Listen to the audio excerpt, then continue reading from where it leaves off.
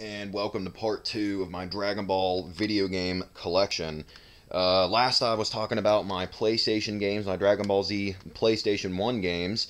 I was talking about Ultimate Battle 22. Actually, funny story about these 3 games, the Japanese Ultimate Battle 22, Final Bout, and Dragon Ball Z Legends. I actually got these all 3 at once when I was a kid.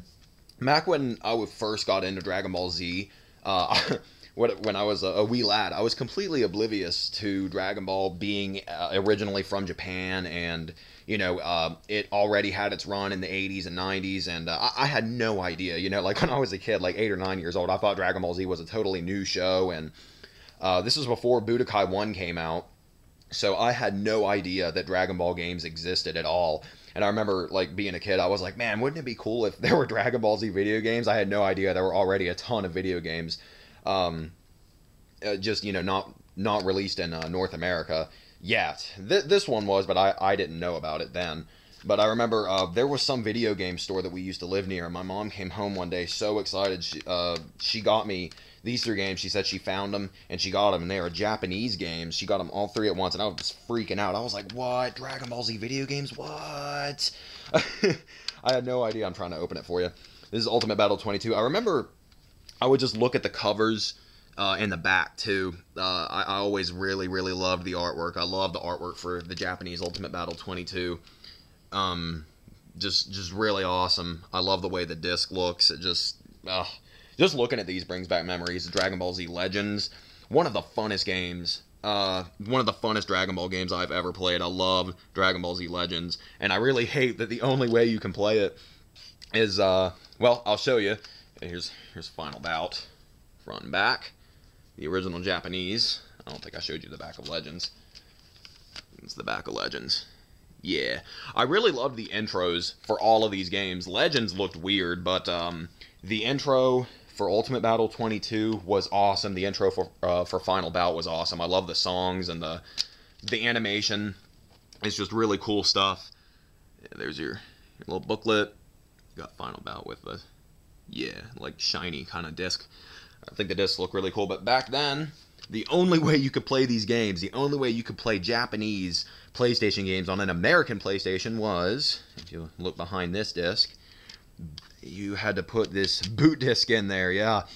You had to put a boot disc in your PlayStation, run it in your PlayStation, and then take it out. And you also had to put this little gold spring on your PlayStation to keep it open. And so you would take the boot disc out, put your Japanese game in, and it would play it. And I used to play these games all the time. You know what? I think this was one of, I'm going to say one of the first times. This was the first time I ever played a game in Japanese, obviously. These were the first Dragon Ball Z games I ever played. I don't remember which one I played first. I'm wanting to say Ultimate Battle 22. I think Ultimate Battle 22 is the first Dragon Ball Z game I ever played, just because I remember looking at the cover, and I thought it looked awesome, and I looked at the back, and I was like, what? Can you play as all of these characters? What? I didn't know who, like, a lot of these characters, I didn't know who they were. Like, I was like, who's that pink guy? Who's that red guy? What? Like, man, I loved it. But, all of these games are just awesome. I don't know why Ultimate Battle 22, it eventually got a North American release, as I showed, released in 2003 by Funimation. Final Bout got a re-release in 2004 by Funimation. In case you're wondering what the discs look like, here's what the disc looks like. Right there. There's a now available Budokai 2. And these are kind of hard to open with one hand. Here we go. And then here's the disc for Ultimate Battle 22, the same as the front. If you take the disc out, you get a little picture right there, and same with this. Take the disc out, get a cool little picture. But yeah, my Dragon Ball Z PlayStation 1 games, man, did these bring back memories. I played these so much.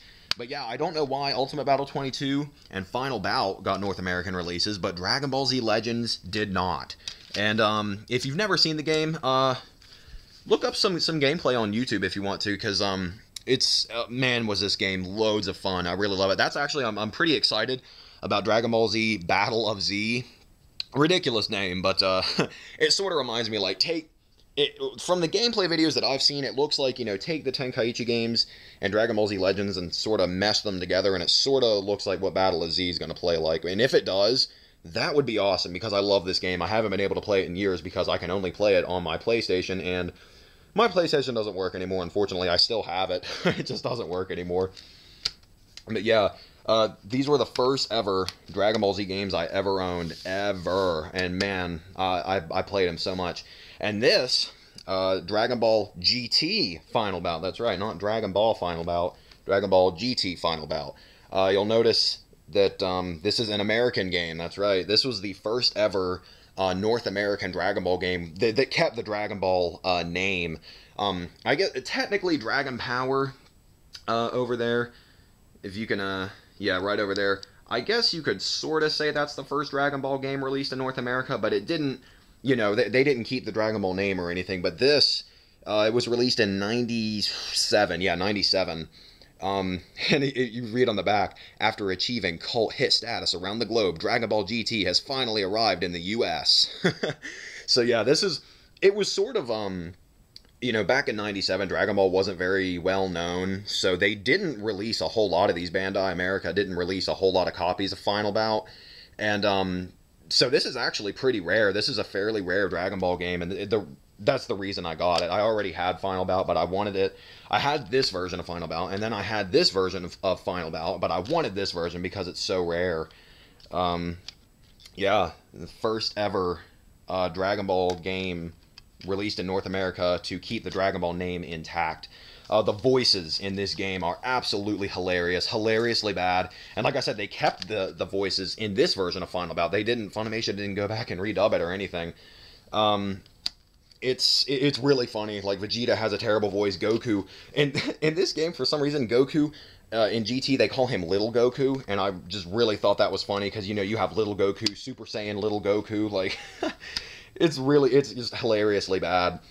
And the kid Goku sounds like Pinocchio, I think. But yeah, I have all three versions of Final Bout. Like I said, there were only 3 games released for the PlayStation, but there are multiple versions.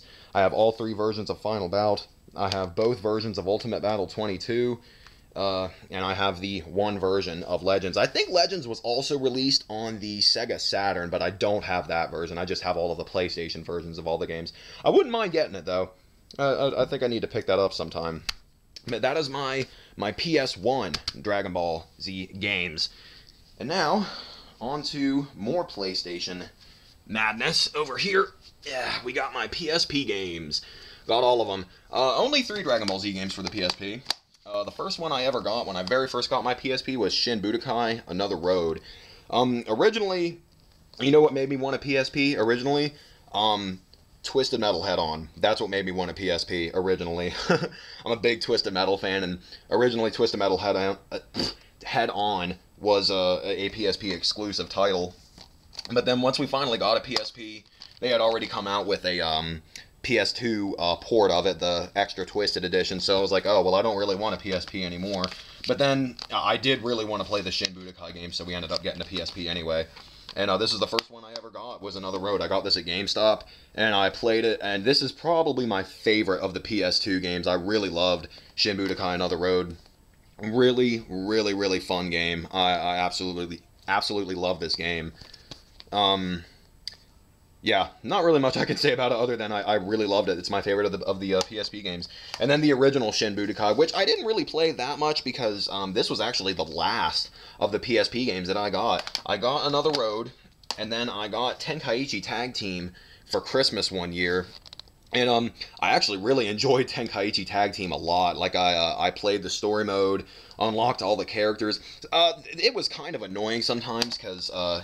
it being a tag team game, a lot of times, obviously, it's 2-on-2, but sometimes it would be 1-on-2, and it would just be you versus 2 AI characters, and it would be a little annoying, but once you get a certain rhythm going, you're pretty good.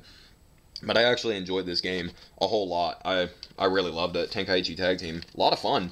And then, the last, like I said, Shin Budokai, the first, was the last one that I got, and by then, I didn't really play this that much because, I had already played Another Road so much, and, this is just, it was okay. I'm not saying it's a bad game or anything, but, I just already played Shin Budokai Another Road so much, and this is like, you know, just the first version of it. Another Road, I think, is a better game. So, yeah, Shin Budokai. I really enjoyed the PSP games. I did used to play them a whole lot, but of the three, I played Another Road the most. Like Tenkaichi Tag Team, I played through it, played the story mode, unlocked all the characters, and then I was kind of done with it. Shin Budokai, I got mainly just to have all the PSP games. It was the one PSP game I didn't have of the Dragon Ball Z games, and so I played it a little bit, but I mostly just played Another Road. So, now we move on to the, actually, do I want to do the PS2 games yet? That's going to take a while. Okay, this is probably going to lead into another part, but let's start looking at the PS2 games. all 9 of them. Alright, so, first, of course, we got Dragon Ball Z Budokai, the first PlayStation 2 Dragon Ball Z game ever. I know a lot of people have this game. A lot of people have fond memories of this game, and I do too.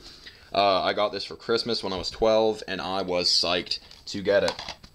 Before this game, you know, all I had played was the PlayStation 1 Dragon Ball Z games, and so this one blew my mind. I thought the graphics looked incredible, and I really enjoyed the little poster that came with it too. I no longer have it, unfortunately, but I loved this game. I think I unlocked everything in this game. Look at that. Check this out.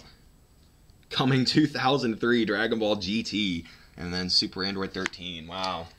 Wow. Pretty crazy. But yeah, I really love Budokai 1. To this day, I think Budokai 1 had the best story mode. I really, really love this game. The music is awesome. Kenji Yamamoto killed it in this game. I love it. That's one of the reasons that I wasn't that crazy about the HD collection, is they changed the music. Budokai 1 had awesome music. Like everything. Like even the character select music, the main menu music, everything. I love this game.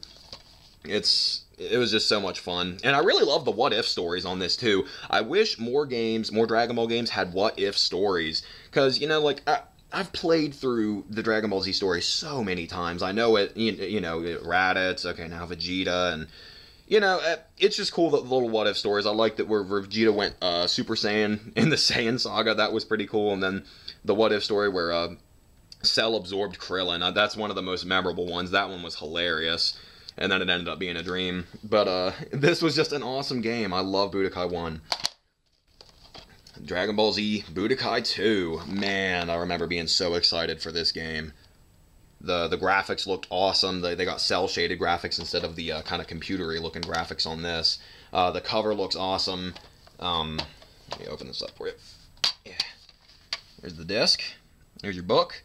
Budokai 2 was really awesome, and I really loved this. This had a cool story mode because it's unlike any other one in the Dragon Ball Z game. The board game, I loved the board game style story mode. It was so much fun. I liked that, you know, you could move to certain places and you could dig around and find things, and it was just really awesome. I loved the what if fusions, Tiencha, and all of that. Like, I really, once again, the Budokai HD collection, I hate that it didn't have Budokai 2. Why didn't it have Budokai 2? Budokai 2 was awesome.